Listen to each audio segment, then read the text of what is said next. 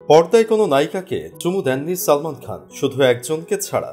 On screen no kissing পলিসির ব্যাপারে ভীষণ কড়া ভাইজান। ক্যাটরিনা, ঐশ্বরিয়া থেকে শুরু করে জ্যাকলিন, সঙ্গীতা, বিজলানি, সমি আলীর সঙ্গে প্রেমের সম্পর্কে জড়িয়েছেন তিনি, কিন্তু পর্দায় কারো সাথে ঠোঁটে ঠোঁট মেলান। বলা যায় চুমুর ক্ষেত্রে বেশ রক্ষণশীল সালমান। তবে তার চুমু খেয়েছিল একজনকে, সেই নায়িকা যার ক্ষেত্রে নিজের নিয়ম ভেঙেছিলেন এই তারকা। খোদ ক্যাটরিনা কাইফকে পর্দায় চুমু খেতে রাজি হননি সালমান খান। বহু চেষ্টা করেছিলেন সিনেমার পরিচালক, কিন্তু কোনোভাবেই সফল হতে পারেন। ফিল্ম ইন্ডাস্ট্রির সবাই ভেবেছিল হয়তো ক্যাটরিনার জন্য Salman Khan no kissing policy ভেঙে দেবেন।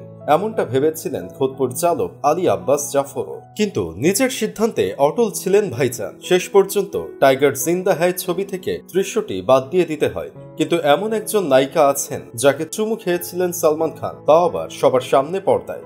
সালমান পর্দায় একমাত্র চুমু খেয়েছেন করিশ্মা কাপুরকে। 1996 সালের জিত ছবিতে করিশ্মাকে চুমু খান। ক্যারিয়ারে কেন একমাত্র এই অভিনেত্রীর চুমু খেয়েছিলেন নায়ক, এমন প্রশ্ন দেখা যায় নেটিজেনদের মধ্যে।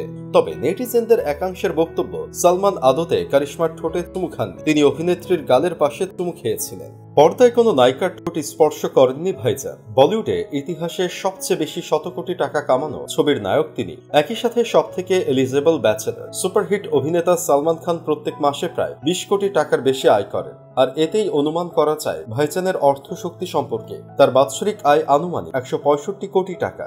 যদিও 2020 সাল থেকে তার বাৎসরিক আয় বেড়ে দাঁড়িয়েছে প্রায় 200 কোটির বেশি। সিনেমায় অভিনয়ের পারিশ্রমিক ছাড়াও সালমান তার আয়ের বড় অংশ উঠে আসে তার জনপ্রিয় শো বিগ বস থেকে।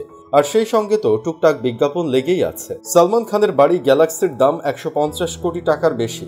বর্তমান মূল্যে তা অনেকটা বেড়ে গিয়েছে। এই বাড়িতে ইন্টেরিয়র ডিজাইনিং এর পিছনে ঢালা হয়েছে বিপুল পরিমাণ অর্থ। বাইক বা গাড়ি সব ধরনের স্টাইলিশ কালেকশন রয়েছে সালমান খানের গ্যারেজে। ল্যান্ড রোভার থেকে শুরু করে BMW, শুধু তাই নয়, ছোট্ট একটি জেট বিমান ব্যবহার করেন তিনি। ভাইজান নিজে যেমন ফ্যাশন সচেতন, তার বিমানটিও ঠিক তার মতোই স্টাইলিশ। সমস্ত রকম গুণ এবং কোটি টাকার মালিক হওয়া সত্ত্বেও তিনি এখনো নির্বাচন করেননি তার জীবন সঙ্গীকে। আগামী ডিসেম্বরে পা দিতে যাচ্ছেন 58 বছর বয়সে। জীবনের এত বসন্ত কেটে গেলেও তিনি বিয়ে করেননি। তবে সম্পত্তির উত্তরাধিকার হিসেবে কাকে নির্বাচন করবেন, অনেকের মনেই প্রশ্ন।